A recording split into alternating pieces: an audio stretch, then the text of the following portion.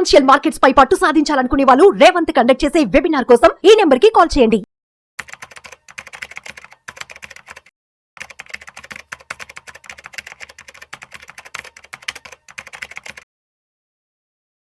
Welcome to Vishnu talks. నేను విష్ణు. ప్రస్తుతంతో పాటు NISM and Crisil search word wealth manager Revanth Chalamala ఉన్నారు. వారితో మాట్లాడదాం.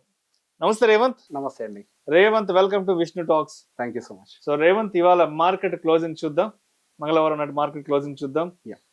సెన్సెక్స్ విషయానికి వస్తే 155 పాయింట్లు నష్టపోయి 80,641 వద్ద క్లోజ్ అయింది. నిఫ్టీ విషయానికి వస్తే 81 పాయింట్లు నష్టపోయి 24,379 వద్ద క్లోజ్ అయింది. అంటే పెద్దగా ఏమంత యాక్టివిటీ ఏం లేదు వాళ్ళ మార్కెట్, హడావుడు ఏం లేదు. రేవంత్, నాకు ఒక విషయం అర్థం కావట్లేదు. చెప్పండి. ఆల్మోస్ట్ లాస్ట్ ఒక 2 వారాల నుంచి యుద్ధానికి సంబంధించిన వార్తలు విపరీతంగా వెలువడుతున్నాయి. ఇదిగో యుద్ధం అంటున్నారు, అదిగో యుద్ధం అంటున్నారు, రేపు యుద్ధం, ఎల్లుండి యుద్ధం అంటూ ఉన్నారు. గత 15 రోజులు ఇదే సాగుతుంది. అయినా కూడా ఎఫ్ఐలు మాత్రం ఎక్కడ వెనక్కి తగ్గట్లేదు. మార్కెట్ లోకి వస్తూనే ఉన్నారు, ఎఫ్ఐలు కొంటూనే ఉన్నారు. సో ఎందుకు యుద్ధానికి సంబంధించి ఇంత పెద్ద డిస్కషన్స్ నడుస్తున్నా కూడా, యుద్ధానికి సంబంధించిన స్ట్రాటజీస్ ఇండియన్ గవర్నమెంట్ వేస్తున్నా కూడా ఎఫ్ఐలు మాత్రం ఏమాత్రం వెనక్కి తగ్గకుండా మార్కెట్ లోకి వస్తూనే ఉన్నారు?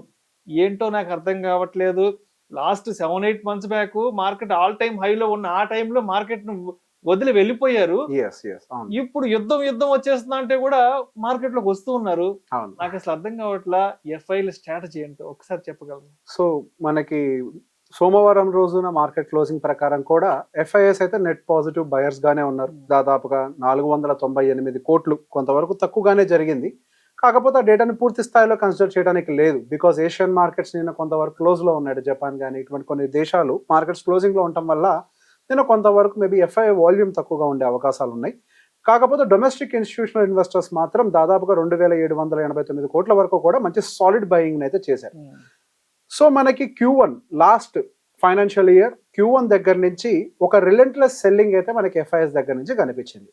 అదే Q4 రిజల్ట్స్ వస్తున్న టైం దగ్గర నుంచి మనకు ఒక కంటిన్యూస్ బయింగ్ మన ఇండియన్ మార్కెట్స్ లో కూడా స్ట్రాంగ్ గా కనపడుతుంది. అండ్ అఫ్ కోర్స్ దాంతో పాటుగా దానికి పలు రకాల రీజన్స్ ఉన్నాయి. ఒకటి, మనకి ఇండియాకి అండ్ యుఎస్ కి మధ్యలో ఉన్నటువంటి రిలేషన్షిప్ స్ట్రాంగ్ గా ఉంటుంది అని ఒక యాంటిసిపేషన్. అండ్ ఈ 90 డేస్ ట్రేడ్ పాస్ చేసిన తర్వాత, టారిఫ్ రిలేటెడ్ ట్రేడ్ పాస్ చేసిన తర్వాత, సో బేసిక్గా మన ఇండియా వైపు నుంచి కొన్ని స్టేట్మెంట్స్ వినపడుతున్నాయి. మేబీ ఇండియా ఫస్ట్ కంట్రీగా ఉంటుందేమో ట్రేడ్ అగ్రిమెంట్స్ని చేసుకునే విషయంలో అని చెప్పేసి, అండ్ పాజిటివ్గానే డెవలప్మెంట్స్ అన్నీ కూడా జరుగుతున్నాయి అని ఒక న్యూస్ కూడా సర్క్యులేట్ అవ్వడంతో, అండ్ ఎటువంటి ఆ డిసప్పాయింట్మెంట్ ఈ టారిఫ్ రిలేటెడ్ ఇండియా సైడ్ నుంచి ఉండే అవకాశాలు లేవు అనేది ఒకటి. అండ్ ఈ టారిఫ్ టెన్షన్స్ వచ్చిన తర్వాత చైనా +1 అనే ఒక మూమెంట్ కూడా స్ట్రాంగ్గా బిల్డ్ అవ్వటం మరొకటి. సో 2020 కోవిడ్ తర్వాత చైనా +1 మూమెంట్ అనేది స్టార్ట్ అయింది. కానీ టారిఫ్ తర్వాత అది బలపడింది. సో ఇప్పుడు చైనా +1 అనే ఆప్షన్లో ఆ 1 విషయంలో ఇండియాని ఎందుకు తీసుకుంటున్నారు అని అంటే, చైనా మీద ఎక్కువ డిపెండ్ అవుతుంది మ్యానుఫ్యాక్చరింగ్ మీద. సో మ్యానుఫ్యాక్చరింగ్ ఇండస్ట్రీ సెటప్ చేయాలన్నా, ఏం జరగాలన్నా కానీ అక్కడ లేబర్ ఫోర్స్ అనేది చాలా చీపర్గా దొరకాలి.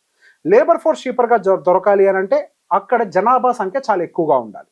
సో జనాభా ఎక్కడ ఎక్కువ ఉన్నారు ప్రపంచం మొత్తంలో అంటే అటు చైనా లేకపోతే ఇండియా, భారతదేశం అంతే. సో భారతదేశంలో లేబర్ ఫోర్స్ అనేది తక్కువగా దొరకటం, అండ్ దాంతోపాటుగా ఈవెన్ ఇండియా కూడా చాలా కంట్రీస్కి కొంతవరకు గ్రీన్ కార్డ్ ఇవ్వటం, అంటే ఓపెన్ చేయడం గేట్స్ని మ్యానుఫ్యాక్చరింగ్కి. సో చైనా +1 మూమెంట్ అనేది ఇండియా వైపుగా స్ట్రాంగ్గా షిఫ్ట్ అయ్యే అవకాశం ఉంది. సో దాంతోపాటుగా ఇక్కడ మరికొన్ని అంశాలు ఏంటి అని అంటే, ఇండియా తప్పించి వేరే ఏ ఇతర ఎమర్జింగ్ కంట్రీస్లో ఒక లాంగ్ టర్మ్ ఆపర్చునిటీ అనేది వాళ్ళకి కనిపించకపోవటం. దానికంటే ఇంకొక మంచి విషయం, మొన్నటి వరకు రూపీ డిప్రిషియేట్ అయింది, డాలర్కి అగెన్స్ట్గా విపరీతంగా జరిగింది. సో రీసెంట్గా రూపీ బలపడడం మొదలుపెట్టింది.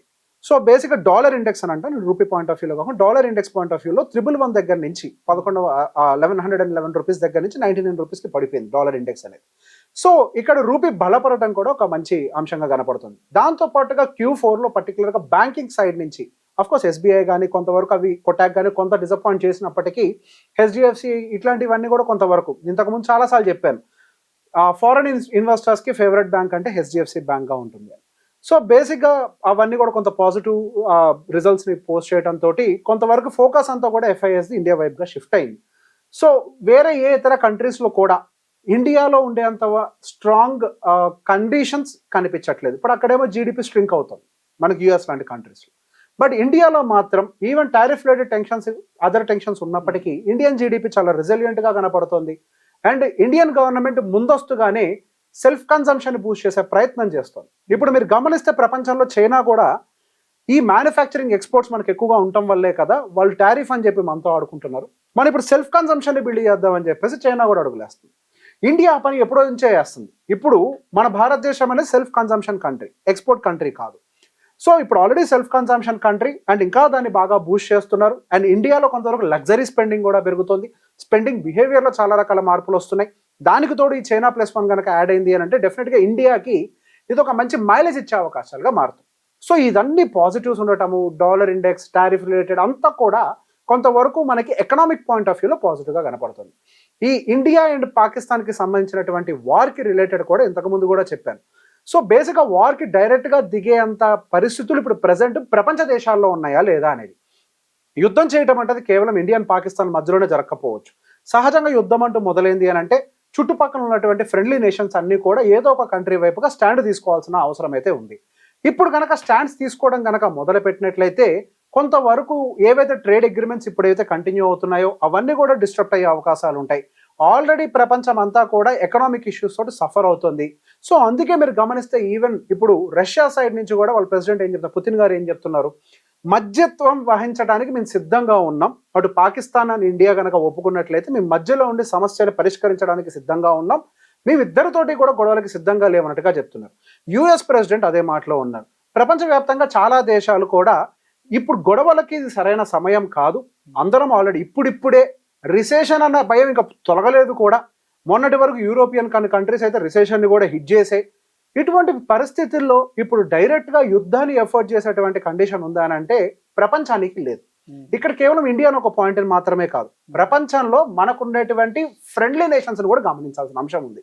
సో దాన్ని అన్నింటిని దృష్టిలో పెట్టుకొని కొంతవరకు మన వాళ్ళు కూడా అందుకే డైరెక్ట్గా దూకుడు ప్రవర్తించకుండా అన్ని పరాలుగా ఆలోచిస్తున్నారు. వాళ్ళని డైరెక్ట్గా అంటే గన్నుకి గన్ను, బుల్లెట్కి బుల్లెట్ అన్నట్టుగా కాకుండా వాళ్ళని ఎకనామికల్గా డ్యామేజ్ చేసే విధంగా చేయాలి అన్న ఉద్దేశంతో రీసెంట్గా మనకి వెస్టర్న్ రివర్స్ మీద కొద్దిగా పెద్ద దెబ్బ కొట్టే ప్రయత్నం చేస్తున్నారు. ఇండస్ రివర్ ట్రీటీ క్యాన్సిలేషన్ పెట్టడమే కాకుండా చినాబ్ రివర్కి వెళ్ళేటువంటి వాటర్ డ్యామ్ ని కూడా మేము గేట్స్ని క్లోజ్ చేస్తున్నాం అన్న మాటలు చెప్పటము. సో బేసిక్గా ఎకనామిక్ ఇంపాక్ట్ ఏమైనా క్రియేట్ చేయగలుగుతామా, ట్రేడ్ డిస్టర్బ్ చేయగలుగుతామా, వరల్డ్ బ్యాంక్ దగ్గర వీళ్ళని వీకెండ్ చేయగలుగుతామా, అప్పులు రాకుండా అంటే ఫండింగ్ రాకుండా. సో ఈ విధంగా మన ఇండియా ఇప్పుడు వ్యవహరించే ప్రయత్నం చేస్తోంది. సో యుద్ధం యొక్క నేపథ్యం మారిపోయింది, అంటే యుద్ధం యొక్క చేసే విధానం మారిపోయింది. ఒకప్పుడు యుద్ధం అని అంటే బాంబులు వేయటం. Yes, sorry for the interruption Revanth.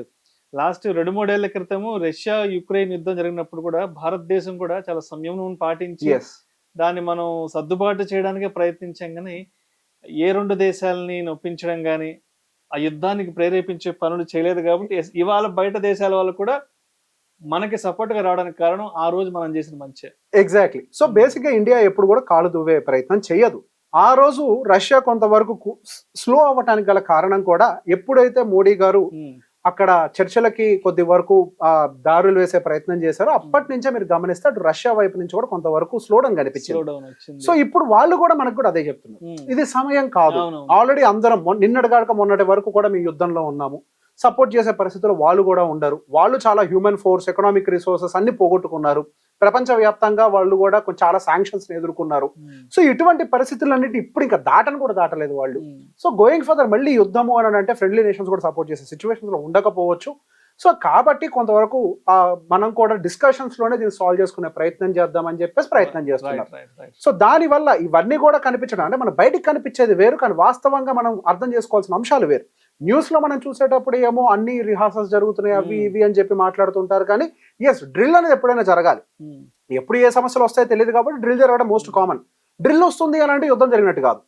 Drill అనేది ఎప్పుడైనా చేస్తారు, ఓవర్ నైట్ కూడా చేస్తూ ఉంటారు. ఎందుకు, ఒకవేళ సడన్ గా ఏదైనా జరిగితే ఎలా రియాక్ట్ అవ్వాలని. కంపెనీలో చేయాలి డ్రిల్, అన్నింటిలో డ్రిల్ జరుగుద్ది, ప్రతి దాంట్లో డ్రిల్ జరుగుద్ది. డ్రిల్ అని అంటే యుద్ధం కాదు. సో డ్రిల్ లాగే చూడండి. సో ఈ నెక్స్ట్ గోయింగ్ ఫర్దర్ యుద్ధంలో ఏం జరుగుతుందంటే మనకు తెలియదు, కొద్దిగా వెయిట్ చేసి చూద్దాం. ఓకే. సో బేసిక్ గా ఈ రోజు మనం మార్కెట్ లో కూడా గమనించినా గానీ దాదాపుగా అన్ని సెక్టార్స్ కూడా నెగిటివ్ గానే క్లోజ్ అయ్యాయి, మెజారిటీ ఆఫ్ ద సెక్టార్స్. ఈ రోజు ఒక ఆటో సెగ్మెంట్ మాత్రమే, అది కూడా M&M కి సంబంధించినటువంటి రిజల్ట్స్ కొద్దిగా పాజిటివ్ రావడం తోటి ఆటో సెగ్మెంట్ కొద్దిగా పాజిటివ్ గా క్లోజ్ అయింది. కాకపోతే ఫార్మా మీద కొంత ప్రెషర్, ఆ యూఎస్ మ్యానుఫ్యాక్చరింగ్ పాలసీస్ వల్ల ఫార్మా మీద కొంత ప్రెషర్ కనపడుతోంది. అండ్ బ్యాంకింగ్ పర్టికులర్గా పిఎస్యూ బ్యాంకింగ్ సెగ్మెంట్లో నిన్న పర్టికులర్గా ఎస్బీఐ అనేది స్లైట్ డిసప్పాయింట్మెంట్ ఇచ్చింది. అండ్ ఈ రోజు కూడా ఒక బ్యాంక్కి సంబంధించిన రిజల్ట్స్ వచ్చినాయి, బ్యాంక్ ఆఫ్ బరోడా అనుకుంటే, దానికి సంబంధించి కూడా నేను చెప్తాను. అది కూడా కొంత డిసప్పాయింట్ చేయడంతో బ్యాంకింగ్ సెగ్మెంట్లో కొంతవరకు అయితే particular PSU banking related and Kotak కూడా నేను డిసప్పాయింట్ చేసింది. సో కొంతవరకు వాటి వల్ల వీక్నెస్ వచ్చింది. అండ్ నెక్స్ట్ అదే రియల్ ఎస్టేట్ పాయింట్ ఆఫ్ వ్యూలో చూసినా కానీ ఇండెక్స్ దాదాపుగా 3% కూడా ఫాల్ అయింది. దానికి గల కారణం గైడెన్స్ అనేది వీక్ అయింది. గోయింగ్ ఫర్దర్ రియల్ ఎస్టేట్లో పెద్ద ఎత్తున ఊపు ఉండకపోవచ్చేమో ఒక భయం కనిపించింది. అండ్ దాని ప్రకారం మనం మార్కెట్లో గమనించిన ఈ రోజు మనకి టాప్ గెయినర్స్ కింద కంప్లీట్గా ఆటో సెగ్మెంటే ఉంది. హీరో మోటోకార్ప్, ఐషర్ మోటార్స్, మారుతి అండ్ దాని ఎఫ్ఎంసీజీ, హెచ్యుఎల్, నెస్లే ఇవి మాత్రమే టాప్ గెయినర్స్గా ఉంది. అండ్ మేజర్ లూజర్స్ కింద మనకి జియో ఫైనాన్స్, లైఫ్ ఇన్సూరెన్స్ అంటే ఫైనాన్స్ రిలేటెడ్, అదాని ఎంటర్ప్రైజెస్ ఇవి మనకి టాప్ లూజర్స్గా మార్కెట్లో కనపడుతున్నాయి. అండ్ పర్టికులర్గా గోడ్రేజ్ ప్రాపర్టీస్ అండ్ సెంటెక్ రియాలిటీకి సంబంధించి మాత్రం కొంతవరకు వాళ్ళ రిజల్ట్స్ బయటికి రావటం అండ్ వాళ్ళ గైడెన్స్ కూడా కొంతవరకు కట్ డౌన్ చేయటం వల్ల అటు రియాలిటీ సెగ్మెంట్ ఈ రోజు దాదాపు 3% కింద పడ్డది. ఇందాక నేను చెప్పినట్టుగా ఈ రోజు బ్యాంక్ ఆఫ్ బరోడాకి సంబంధించినటువంటి రిజల్ట్స్ కూడా బయటకు వచ్చాయి. ప్రాఫిట్ గ్రోత్ చాలా తక్కువగా వచ్చింది, కేవలం 3% ఇయర్ ఆన్ ఇయర్ డెలివర్ చేసింది. నెట్ ఇంట్రెస్ట్ ఇన్కమ్ సర్ప్రైజింగ్ గా తగ్గింది, 7% డౌన్ సైడ్ వచ్చింది. నెట్ ఇంట్రెస్ట్ మార్జిన్ పడిపోయింది 3%. అండ్ అడ్వాన్సెస్ గ్రోత్ విషయంలోకి వస్తే ఒక 5% పెరిగింది. స్టాక్ పర్ఫార్మెన్స్ మాత్రం ఓవరాల్ గా 11% ఇయర్ ఆన్ ఇయర్ లో డిక్రీస్ అవుతుంది. సో బేసిక్ గా ఓవరాల్ గా బ్యాంకింగ్ లో మాత్రం పిఎస్యూ బ్యాంకింగ్ ఇండెక్స్ లో మాత్రం కొంతవరకు వీక్నెస్ అయితే ఎక్స్టెండ్ అవుతూనే ఉంది. సో రియల్ ఎస్టేట్ సెక్టార్ కి సంబంధించి మనం కొంతవరకు స్పాట్ లైట్ వేసి చూడాల్సిన అవసరం ఉంది. సో సెక్టార్ మొత్తం కూడా ఈ రోజు దాదాపుగా 3% వరకు కూడా డౌన్ సైడ్ పట్టడం జరిగింది. దానికి గల కారణం గోడ్రేజ్ ప్రాపర్టీస్ కి సంబంధించినటువంటి రిజల్ట్స్ బయటికి రావటం. సో దానివల్ల గోడ్రేజ్ ప్రాపర్టీస్ కూడా ఈ రోజు ఒక మంచి సెల్ ఆఫ్ అయితే మార్కెట్ లో చూసింది. సో గోయింగ్ ఫర్దర్ వాళ్ళ యొక్క గైడెన్స్ కూడా కొద్దిగా స్లో డౌన్ అయ్యే అవకాశాలు ఉన్నాయని వాళ్ళు చెప్తున్నారు. దాంతో పాటుగా సన్టెక్ రియాలిటీకి సంబంధించి జెఫ్రీస్ వాళ్ళ యొక్క టార్గెట్ ప్రైస్ ని డౌన్ గ్రేడ్ చేశారు దాదాపుగా 16% వరకు కూడా. అండ్ ప్రాజెక్ట్స్ కూడా కంప్లీషన్ అంతా కూడా డిలే జరుగుతుంది. దాని ఒక మెయిన్ రీజన్ ఎందుకు డౌన్ గ్రేడ్ చేస్తున్నారంటే డిలే జరుగుతుంది అని ఒక మెయిన్ రీజన్ తోటి. సో ఈ రీజన్స్ అన్ని ఉండడం తోటి ఈ రోజు రియల్ ఎస్టేట్ సెక్టర్ కూడా కొంతవరకు వీకెన్ అవుతుంది. మీరు గమనిస్తే ఎక్కువగా సామాన్యులు ఉండేటువంటి సెగ్మెంట్స్ లో కొంతవరకు వీక్నెస్ అయితే కనపడుతుంది. గోయింగ్ ఫర్దర్ కూడా రికవర్ అవ్వచ్చు. సో దీంతో పాటుగా రేపు గోయింగ్ ఫర్దర్ కూడా మార్కెట్స్ మనం ఇంతకు ముందు కూడా చెప్పుకున్నట్టుగానే కన్సాలిడేషన్ మాత్రమే కంటిన్యూ అవుతుంది.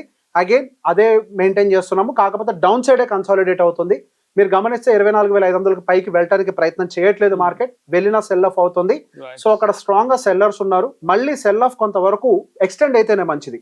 ఎక్స్టెండ్ అయ్యి కొద్ది కిందకు వస్తే ఎక్కడైనా కింద సపోర్ట్ లెవెల్స్ లో బయ్యర్స్ ఒకసారి దాని గ్రిప్ కింద తీసుకొని ఒక బూస్ట్ ఇచ్చే అవకాశం ఉంటుంది. ఇక్కడిక్కడే సర్క్యులేట్ అయితే మాత్రమే ఎక్కువ సమస్య ఉంటుంది, కిందకు వస్తేనే మంచిది market. Thank you so much Revanth. Most welcome.